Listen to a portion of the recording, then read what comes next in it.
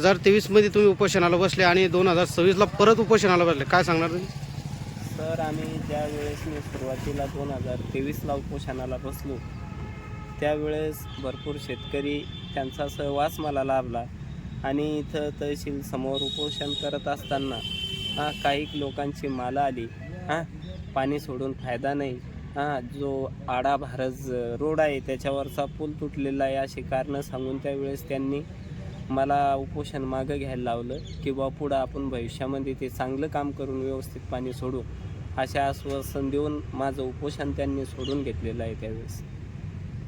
बरं, मग आता परत कसं काय बसलं? आता त्याच्यानंतर 2023मध्ये उपोषण केलं सर मी, तर त्यावेळेस सुद्धा मग त्यांनी फक्त एकाच पुलाचं काम केलं. मग परत इथं बसल्यानंतर त्यांचे पाटबंधारे विभागातले जे कर्मचारी किती वेळेवर तिथं कोणत्याच प्रकारचं काम करत नाही, नुसतं पैसा खाण्याचं काम करतात. जे विदाऊट मोटरी आहे, आपलं त्या मोटरी ज्या आहे धरणावर त्यांना विरोध नाही, पण ज्या विदाऊट आहे ज्यांच्याकडं परवाने नाही, अशा जे पाईपलाईन धारक आहे त्यांच्यामुळं आमच्यासारख्या गोरगरीब शेतकऱ्यांना पाणी मिळत नाही. खंत मला इथंच वाटते, जितके परवाने असतील तितक्या मोटरी चालवा, बाकीचं पाणी पाटाद्वारे गरीब शेतकऱ्यांपर्यंत पोहोचल अशी माझी विनंती असते प्रत्येक वेळेस. आम्हाला इथं येऊन उपोषणाच्या स्थळी त्यांच्या जे कर्मचारी असतात पाटबंधारे विभागाचे, जे धरणावर ज्यांची ड्युटी असते, बीट प्रमुख म्हणतात त्यांनी येऊन अशी माहिती दिली त्या वरिष्ठ अधिकाऱ्यांना की बाबा भारत बुद्रुक येथील शेतकऱ्यांनी ते कालवा काढलेला आहे, त्या झाडी झुडपी आहे, काही ठिकाणी पूल तुटलेले आहे. परत मला त्या वर्षीसुद्धा काही शेतकऱ्यांनी विनंती केली की बाबा आता पाट कधी सोडली तर पूर्ण पाणी वायाला जाईल, आणि आपण शेतकरी असल्यामुळं पाणी वाया घालणं हे आपल्याला शोभत नाही. त्या सर्व गावकऱ्यांच्या विनंतीला मान देऊन त्यावेळेससुद्धा मी उपोषण मागं घेतलेलं आहे. आणि त्यानंतर त्यांनी आपल्याला आश्वासनसुद्धा दिलं की ह्या सगळ्या गोष्टींची परिपूर्णता करून आम्ही पुढे हे पत्र दिलेलं आहे त्यांनी आपल्याला की नियमितपणे पाणी सोडू. तर यावर्षी त्यांनी पूर्ण कॅनॉलचं काम केलं. कॅनॉलचं काम करत असताना खूप भ्रष्टाचार त्यात झालेला आहे, नुसतं पैसे खाण्याचं काम या अधिकारी लोकांनी तिथं केलेलं आहे.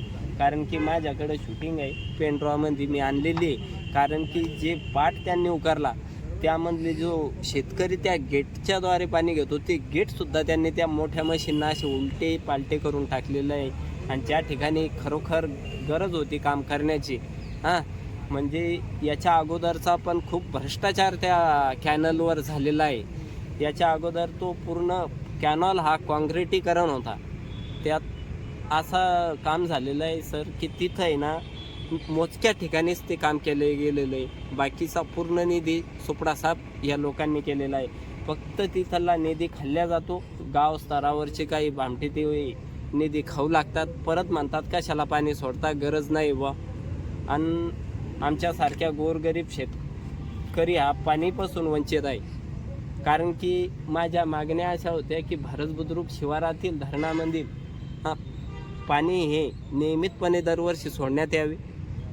त्याच्यानंतर माझी मागणी आहे की गावासाठी जो पाणी साठा राखीव असतो त्याची राखणदेखण करण्याची जबाबदारी कोणाची असते ती लेखी स्वरूपात द्यावी. ती बी माझी मागणी त्यांनी पूर्ण केलेली नाही. आणि धरणावर किती परवानधारक शेतकरी आहे त्यांना पाणी देण्याची काय नियमावली आहे याची सविस्तर माहिती देण्यात यावी. छायांकित प्रतद्वारे ती बी त्यांनी दिलेली नाही. उडवाउडवीचं उत्तर देऊन माझ्याकडून उपोषण सोडून घेण्याची घाई त्यांना मात्र असते. बोल. इथं येऊन अधिकारी येतात, मला भेट देतात, उपोषण सोडा, आम्ही पाणी सोडलेलं आहे.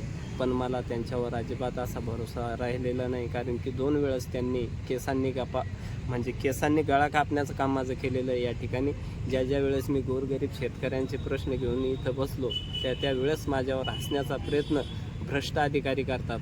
आणि जे इमानदार अधिकारी आहे ते फक्तच माझं काम मार्गी लावतात. पण माझी शोकांतिका अशी आहे की जे खालच्या लेवलचे पाटबंधारे विभागाचे जे खालच्या लेवलचे ज्यांची तिथं खरोखर ड्युटी आहे त्यांनी इमानदारीनं काम करून ते पाणी खरोखर 100% गोरगरीब जनतेच्या शेतापर्यंत पोहोचत हां, आणि ते पाणी त्यांनी पोहोचावं, त्यानंतरच मी उपोषण सोडेल, अन्यथा इथंच प्राण त्यागण्याचे माझे असा निश्चय केलेला आहे. कारण की मी 3दा उपोषण करून माझे वार्षिक उत्पन्न बुडालेलं आहे, माझी लहान लहान लेकरं आहे, माझा उदरनिर्वाह त्या शेतीवर होतो.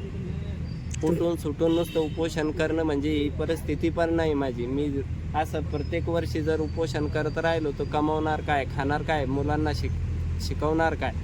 शेती डायरेक्ट यावर्षी अर्धा एकर गहू पेरलेला आहे, तो पण वाळण्याची शक्यता आहे. आणि बाकीची शेती मशागत करून ठेवलेली आहे. की पाणी सुटणार या आश्वासनावर मी ती जमीन होती ती मशागत करून ठेवलेली आहे. मी अधिकारी साहेबांना सगळ्यांना बोललो की तुम्हाला विनंती आहे, तुमच्या गाडीत डिझेल मी स्वतःच्या पैशाचं टाकून देतो, माझ्या शेतामध्ये जाऊन तुम्ही फक्त माझे शेत पहा, माझं घर पहा, माझी परिस्थिती पहा, आणि त्याच्यानंतर मला न्याय द्या. कारण की या गोष्टीकडं सगळेच लोक अधिकारी हे दुर्लक्ष करीत आहे आणि माझा अंत पाहण्याचं काम या ठिकाणी फक्त होत आहे. काय नाव आहे आपलं? मी देवानंद बालचंद शिराळे, आणि मला सहकार्य करणारे काही आड्या या गावातील सगळे शेतकरी, ते बिचारे इथं येतात, रात्री बेरात्री येऊन थांबतात, पुन्हा सकाळी येतात. त्यांच्या मागं त्यांच्या शेतातली कामं असतात. गुरांना चारा पाणी करणं, दूध वगैरे काढणं,